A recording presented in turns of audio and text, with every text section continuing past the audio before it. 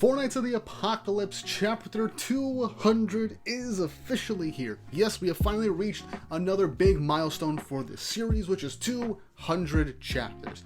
And we are not looking to slow down anytime soon, because Nakba decided, you know what, for Chapter 200, let me just up the hype factor and give us a really awesome fight sequence. And this chapter honestly did not disappoint. And going forward, I am expecting more twists and turns and probably some of the best for Nakba in terms of making fight scenes, especially since this is our first real group fight in a while. And how it's done honestly made me smile. But before we jump into this chapter, don't forget to like and subscribe and hit the notification bell for updates on future videos. Really helps, and it shows you guys enjoy the content I make here on the channel. It shows you want to see more.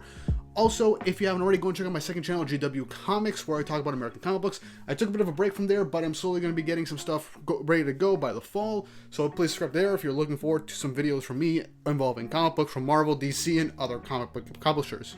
And if you want to support the channel more directly, go and check out my Patreon. For just $2 a month, you get access to my Patreon-only Discord server. Your names will appear at the end of my videos, and you'll also get access to videos that are going to be going up on Patreon before they officially come out here on YouTube channel. Primarily my bigger discussion, theory, and what-if videos that I'm planning to get out and rolling, as well as my 7 Things retrospective, which I'm currently going through to try and get as much done as possible to give you the first part very soon. That will be up on Patreon before it is up on YouTube, most likely a week or two before it will come out on the channel, so look forward to that.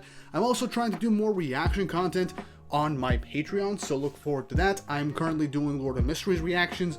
I'm going to be doing my episode 4 and 5 reactions within like a singular video or just back-to-back uploads for that.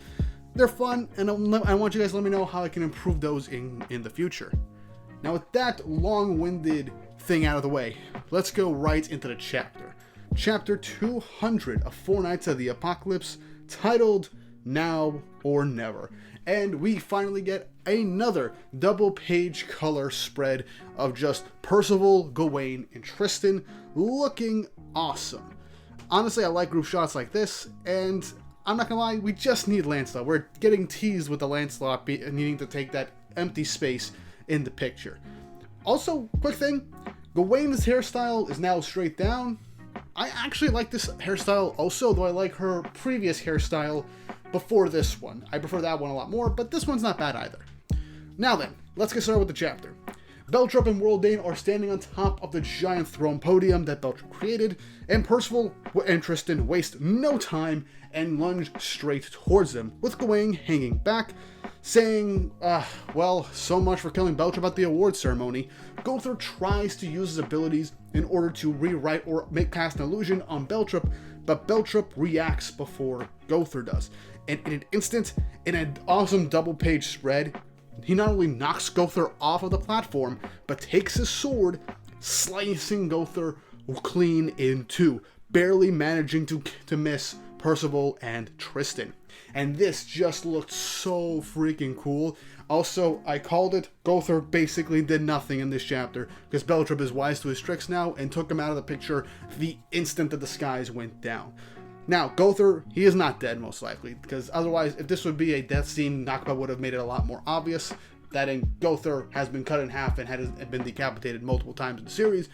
So until his core is fully destroyed, he ain't dead, but he's definitely, for the time being, out of commission. And he just got a new arm and leg too. It's a shame for Gowther. We're going to get another double page showcasing that not only did Baltrupe cut through Gowther, but his blade cut through the arena, but also the wider area of the cauldron where the tournament was taking place. The giant stone monument that this entire tournament is taking place in was cleaved in two, with basically one half of the audience falling down to the ground. Also, really nice attention to detail that apparently this is also the side where Diodora and his pets are kind of on also. So now the entire audience, along with the rest of our main group, are falling to the ground. Tristan and Percival are immediately thinking of going to help, but Hauser tells them that they'll be fine and to focus on the four perils. And on cue, Worldane tells them that that's a good idea. Why not make your friend's sacrifices mean something? As Worldane launches an explosive dragon attack right at the two of them, with Percival blocking with his spirit magic and Tristan just cutting it right through with his swords. Tristan lunges right towards Worldane, but it's then that Baltrupe manages to cut in between the two of them, making sure that Tristan doesn't hit Worldane. and in an instant Baltrupe then tries to slash at Percival and Tristan, but the two of them then manage to dodge it at the very last second.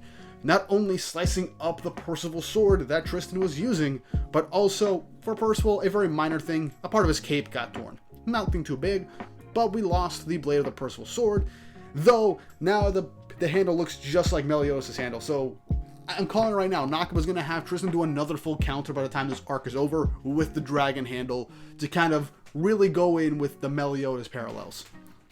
Now, in response to the ruckus, Baltrupe begins to monologue, saying how they schemed against him and ruined his festival, and so they have a deep price to pay for destroying everything.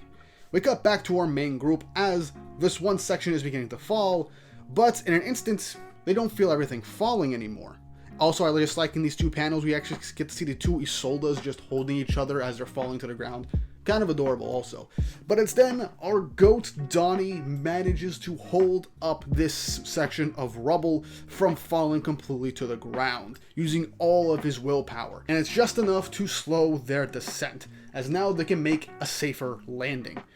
And now Donnie ends up letting out a sigh of relief that all of a sudden he felt like a wellspring of power at this point, as he just got even more power to help land the whole area without any damage or anybody getting hurt.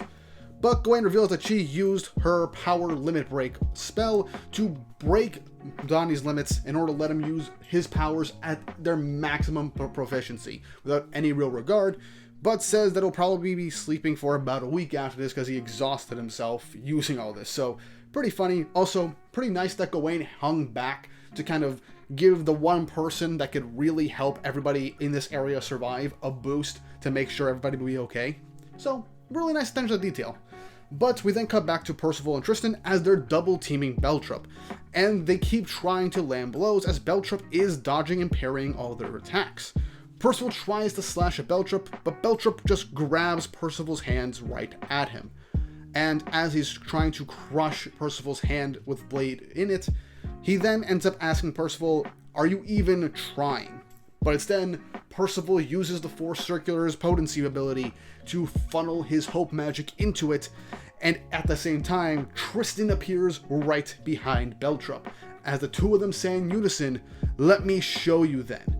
And in an instant, we get probably my favorite panel of Tristan as he goes demon mode, unleashing his demon mark, in order to unleash a wellspring of power, shocking Baltrupe. Percival breaks free from Baltrupe's grip, and at the same time, Tristan and Percival slash right at Baltrupe in a singular panel. And in the next one, in a clear instance, we see the total aftermath as they manage to not only cleave part of Baltrupe in half, but also cut off his arm. And this panel is just brutal as all heck. I love it so much. They just easily, with a double team, took out Baltrupe. And Worldane ends up seeing this, saying, "Come on, you really think this is enough? Did you forget that I'm here?" As it seems that Worldane is beginning to launch both an attack and potentially the same rewind ability that brought her back from her near-death, or pretty much death-like state, from when King dealt the finishing blow after Percival aged her up by technically killing her. But it's then Gawain teleports behind her, grabs Worldane's helmet, then goes basically 80% form, and then crushes Worldane's head like a grape. As Gawain says, "Have you forgotten that I'm here also?" And man, this is another brutal panel with Gawain showing absolutely no mercy towards Worldane, crushing her head in just the most satisfyingly brutal way possible. As she then not only continues the disrespect, she ends up kicking Worldane away as she flings towards the podium where the two of them were.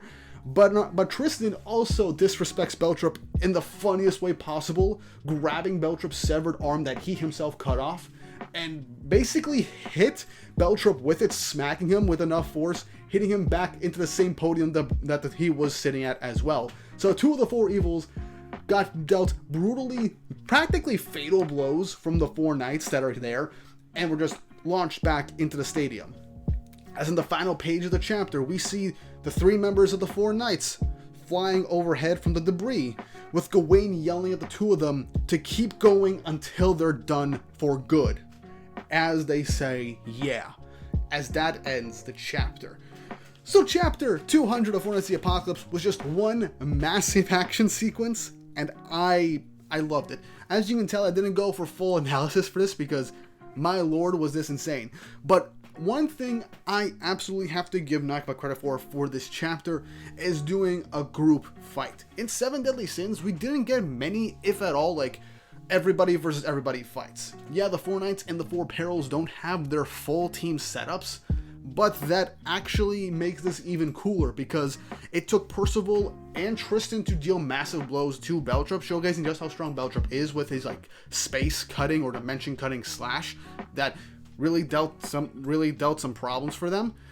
But Gawain also just sneaking up on Worldane, going 80% to just flat out crush Worldane's head like a literal grape, turning it into a pancake, and just the 4 Knights just disrespecting the 4 Perils in this instance by just knocking them away with ease. But I like how Gawain knows for a fact that they probably aren't dead and that they have to keep going to make sure that this is taken care of. Seeing characters fight one opponent at the same time, or multiple people taking on each other at the same time, is honestly really cool, and when it's done right, it just ends up being incredibly satisfying when there's a win, or is even more devastating when the enemy ends up coming out on top. And obviously, the Perils here aren't done just yet. Worldane, she was basically had her intestines out and she was basically de-aged to nothing, but she still rewound herself back to how she was pre-fight. So it's a strong possibility that she can do this automatically if she is in Camelot, perhaps. Or maybe the 4 Perils are immortal in Camelot since they are part Chaos, or maybe they'll get a transformation or something. I don't know, but it's incredibly cool to finally see that this fight is happening, at least for a portion of the roster.